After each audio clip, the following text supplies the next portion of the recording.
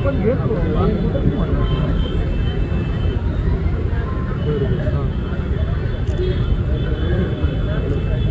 काय भजन वगैरे करणार होते ना?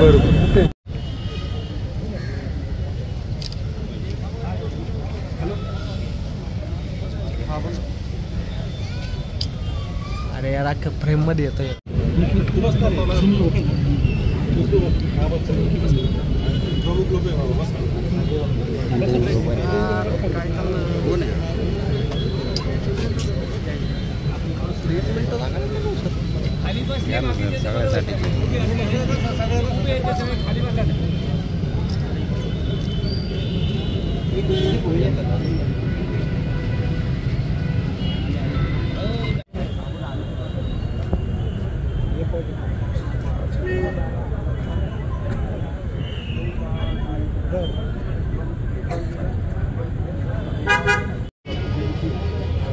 अशा पद्धतीने पंचायती सुरू केलेलं आहे. सकाळी मास्क परिधान करून सर्व आंदोलक जे आहेत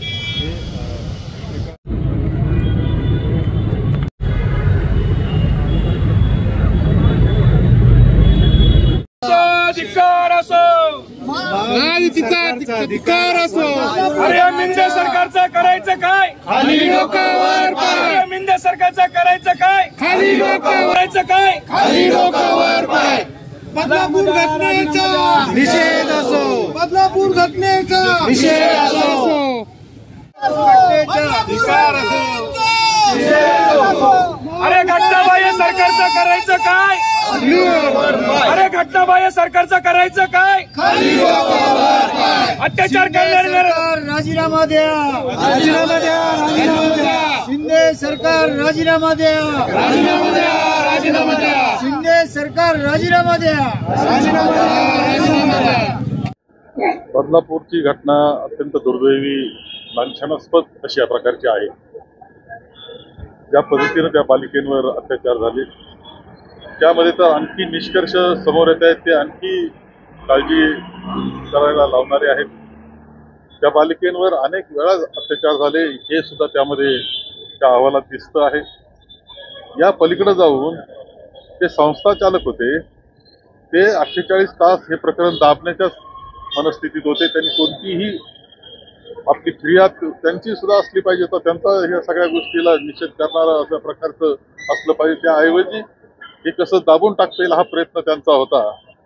आणि आणखी दुर्दैवाची गोष्ट अशी की यामध्ये पोलीस काय विनाकारण कोणाला मदत करायला तयार असतील असं समजायचं कारण, किंवा हे प्रकरण दाबण्याकरता पुढे आले असतील असं समजायचं कारण नाही. शासन दरबारातून त्यांना काहीतरी निर्देश देण्यात आले होते की या प्रकरणामध्ये मदत करणे, त्या संस्था चालकांना मदत करा, आरोपीला मदत करा, असं सगळं काही दिसतं आहे. अनेक गोष्टी दुर्दैवी त्यामध्ये आहे. पालक ज्यावेळेस जातात पोलीस स्टेशनला त्यानंतर 12-13 तास त्यांना बसून ठेवलं जातं. ही सुद्धा किती कठीण गोष्ट आहे, किती वाईट गोष्ट आहे. हे सगळं महाराष्ट्रामध्ये घडतं आहे. त्यामध्ये हेही दिसतं आहे की ह्या अशा प्रकारच्या घटना खूप घडतायत महाराष्ट्रामध्ये, सतत पुढे येत आहेत. आणि नेमका महाराष्ट्रात चाललं काय असं वाटावं. एका बाजूला लाडकी बहिणाचा जयघोष चाललेला आहे, रक्षाबंधन, याला अर्थ आहे काहीतरी. यांचं जिथं बहिणांचं बालिकेंचं रक्षण करू शकत नाही तिथं बहिणांचं काय रक्षण करणार आहे. या सगळ्या गोष्टी आपल्याला पाहायला मिळतात. याला एकच कारण आहे की हे जे सरकार आहे हे याचं गठन ज्या पद्धतीनं झालेलं आहे ते बेकायदेशीर पद्धतीचं आहे. त्यांना फक्त आता टक्केवारीची चर्चा सगळ्या मंत्रालयात आहे, त्यामध्ये ते गुंतलेले आहेत. निवडणुकीमध्ये सगळं काही गोळा करण्यात, साधन सामुग्री गोळा करण्यामध्येच ते बसलेले आहेत. कोणतंही नियंत्रण म्हणून 2-2.5 वर्षामध्ये आम्ही पाहतोय की कोणतंही नियंत्रण त्यांचं हे प्रशासनावर नाही, इथल्या शांतता सुव्यवस्थेवर नाही. इथला आमदारच गोळीबार करतो पोलीस स्टेशनला, असे चित्र आहे. महिलांवरच्या अत्याचारात तर प्रचंड अशा पद्धतीनं चाललेलं दिसतं. त्यांचा कोणताही असा दबाव जे शासनाचा धाक पाहिजे गुन्हेगारावर, तो धाक राहिलेला नाही, ही परिस्थिती आहे. आणि हे अत्यंत लांछनास्पद आहे. आणि या अशा प्रकारच्या काही गोष्टी आणखी दिसत आहेत. म्हणजे या 4 दिवसामध्ये 8 दिवसामध्ये खूप उघडकीला असं येते की असे अनेक ठिकाणी अनेक जिल्ह्यांमध्ये हे घडतंय. चाललंय काय या राज्यामध्ये असं वाटावं. आणि त्याचा निषेध आम्ही करतो. खरं म्हणजे आम्ही बंद पुकारला होता, त्यामध्ये काही आमचा राजकीय हेतू नव्हता. बदलापूरला हजारो लोक रेल्वे स्टेशनवर आले, रस्ता रोको केला, त्याला तुम्ही राजकीय कसं म्हणू शकता? माननीय मुख्यमंत्री ज्याला राजकीय म्हटले, हा हे सगळं राजकीय चाललंय, त्या माणसांचा, त्या नागरिकांचा काय त्यांनी आपला निषेध नोंदवत होते ते, त्याला सुद्धा राजकीय म्हणायचं आणि यामध्ये राजकारण आणण्याचं काम सरकारमधून आणि माननीय मुख्यमंत्री आणि त्यांच्या सहकार्याकडून ते चाललेलं दिसतं आहे. या सगळ्याचा महाराष्ट्र पूर्णपणे निषेध करतो आहे आणि आम्ही बंद ठेवला. माननीय उच्च न्यायालयाने त्यामध्ये आम्हाला काही निर्देश दिले की तुम्ही पक्ष आहे, सर्वोच्च न्यायालयात जाण्यास वेळ नव्हता. आम्ही त्यामुळे त्यांचा जो निर्णय झाला तो स्वीकारला आणि शेवटी नागरिक या सगळ्या भावनेमध्ये महाराष्ट्रातला नागरिक आमच्या बरोबर आहे. आम्ही आज काळ्या फिती लावून हे आंदोलन इथे करतो आहोत. संपूर्ण महाराष्ट्रामध्ये महाविकास आघाडी, आमचे मित्रपक्ष सर्व याच्यामध्ये सहभागी झाले आणि हा निषेध आम्ही नोंदवत आहोत. आता तरी शासनाला जाग यावी.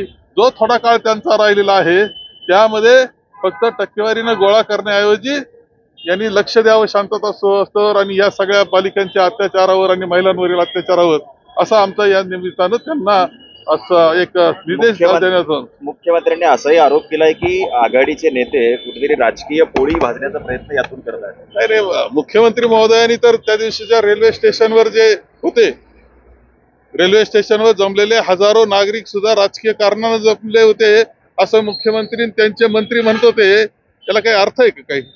त्या नागरिकांच्या मध्ये कोणतं राजकारण होतं? आता ते महाविकास आघाडीच्या बाबतीत बोलतायत. याचा अर्थ फक्त त्याची दिशाभूल करण्याचं आणि आपल्यावरचं जे आता बालंट आलेलं आहे त्यांच्यावर ते दूर सारण्याचा प्रयत्न करतायत. मात्र नागरिक या बाबतीत जागृत आहे, त्यांना धडा शिकवल्याशिवाय राहणार नाही. राज्यभर